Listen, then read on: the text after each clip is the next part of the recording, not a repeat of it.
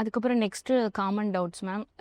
இப்போ நம்ம ஓபிக்கே வராங்க பேஷண்ட்ஸ்னா, இப்போ நம்ம எப்போ பீரியட்ஸ் டேட் அப்படின்னா டக்குன்னு ஆப் எடுத்து செக் பண்ணுறாங்க. ஓவுலேஷன் கால்குலேட்டர் இந்த மாதிரி நிறையா இருக்குல்ல மேம். நம்மளே அந்த கால்குலேட்டர்லாம் போகாமல் ஈஸியாக நம்மளோட ஓவுலேஷன் டே எப்படி மேம் கால்குலேட் பண்ணிக்கலாம்? இப்போ ரெகுலர் சைக்கிள்ஸ் இருக்குன்னா ஓவுலேஷன் கால்குலேட் பண்ணுறது ரொம்பவே ஈஸி.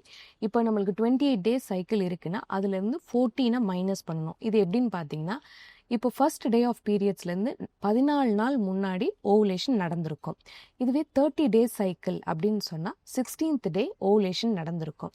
இப்போ ரெகுலர் சைக்கிள்ஸ் இருந்தால் ஓவுலேஷனை கால்குலேட் பண்ணுறது ரொம்பவே ஈஸி. அதே மாதிரி சில சிம்டம்ஸும் இருக்குது. இப்போது சர்விக்கல் மியூக்கஸ் வந்து நிறைய சேஞ்சஸ் இருக்கும், ஸ்டிக்கியாக இருக்கும், எக் ஒயிட் மோல இருக்கும். இதை வச்சும் நம்ம கண்டுபிடிச்சிக்க முடியும். சில பெண்களுக்கு வந்து அடி வயிற்றில் ஒரு வலி ஏற்படும் அந்த எக் ரப்சர் ஆகிற டயத்தில். சில பேருக்கு ஸ்பாட்டிங் கூட ஏற்படும்.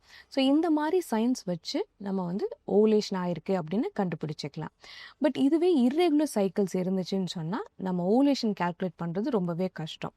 இப்போ ஒரு 3 to 4 months வந்து உங்களுக்கு டிஃப்ரெண்ட் டேட்ஸில் வருதுன்னு சொன்னால் இந்த எல்லா டேட்ஸையும் நீங்கள் கால்குலேட் பண்ணி ஆவரேஜ் போட்டு அதிலிருந்து 14 மைனஸ் பண்ணிங்கன்னா அந்த டேட்டில் தான் உங்களுக்கு ஒரு ஓவராலாக ஓவுலேஷன் நடந்திருக்கு அப்படின்னு நம்ம சொல்ல முடியும்.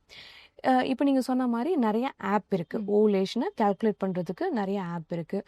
அதே மாதிரி நிறைய கிட்டும் இருக்குது. இப்போ ப்ரெக்னென்சி கிட் மாதிரி ஓவுலேஷன் கிட்டும் அவைலபிளாக இருக்குது. ஸோ யூரினை வந்து அதில் வந்து நம்ம போட்டோம்னு சொன்னால் அதில் 2 லைன் வந்துச்சுன்னா ஓவுலேஷன் ப்ராசஸில் இருக்குது அப்படிங்கிறத நம்ம தெரிஞ்சுக்க முடியும்.